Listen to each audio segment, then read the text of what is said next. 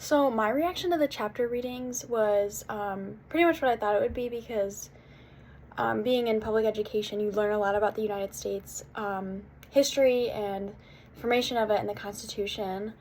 But one thing I found that interesting is how the Constitution really hasn't changed much since the creation of our country. Like, we only have 27 amendments, and we automatically got 10 in the Bill of Rights. So I find that really interesting. And the Articles of Confederation have always been a very interesting topic for me, and because of how much of a failure they were. And I don't mean that in a dark way, but it's kind of interesting how their whole goal was to prevent tyranny.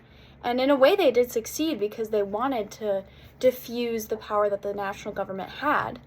But it also led to the states having way too much power and the central government proving to be useless. So I always find it interesting, that part of history, and how it's not really a huge part of history, but at the same time it is a very fundamental bit. One thing that I really liked that we went over a lot was judicial review. Marbury versus Madison is a fascinating case for me. I think it's really interesting seeing how Marbury versus Dred Scott, like the comparisons of that, how like one is so unfavored and one is in the political context. And yeah. Also about judicial review, I think it's interesting that they are the final say, especially when it comes to constitutional matters. Like, it cannot be debated after that. Once the Supreme Court rules one way, it's done. Next, I think what's interesting is the whole topic of federalism and how, yes, we do have dual federalism, but in the same way, it's also kind of in a hierarchy, because Congress is truly the most important branch of the government because it's so foundational. It does so much. It makes all of the laws, and I find that the executive branch is important because of all the administrative agencies it has, but a lot of people ignore that part of the executive branch and just think right to the president, which usually the president is kind of like a middleman between the two, but I find that in the current administration, that is not the case, which is really interesting to compare it to now versus before then. So I find it interesting that all three branches are so intertwined, and yet they all have their own powers and their own checks on one another.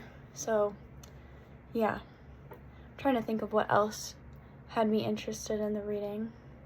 Oh, I'll go back to administrative agencies. I think that administrative agencies are really overlooked because they're the bureaucracy, and people, when they think of that, they're just like, oh, they're slow moving, they don't get anything done. But I think in a much more realistic sense, they actually do get more done. We just don't really choose to look at it that way, and we kind of brush it under the rug. Because administrative agencies really impact our lives and how we live them daily. Like, when it comes to crossing the street, and what food I eat, and the clothes that I wear, like, it's all impacted by, like, federal regulations and, like, what can be produced. And I think administrative agencies are actually really helpful because they are experts in their field, and they're necessary because Congress truly can't do it all.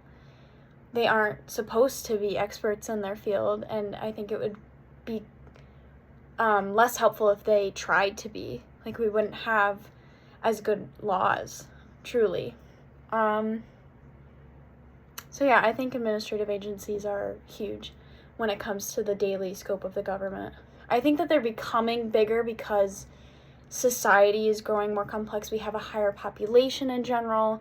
We have more of a reliance and a dependence on one another, and the dependence on technology has grown exponentially when it comes to cars, planes, boats, all of it. And like even AI and phones. Like, I'm wondering what the future will look like for administrative agencies when it comes to AI, and what kind of regulations they'll try to put on it, because I feel like people are either one way or another on AI.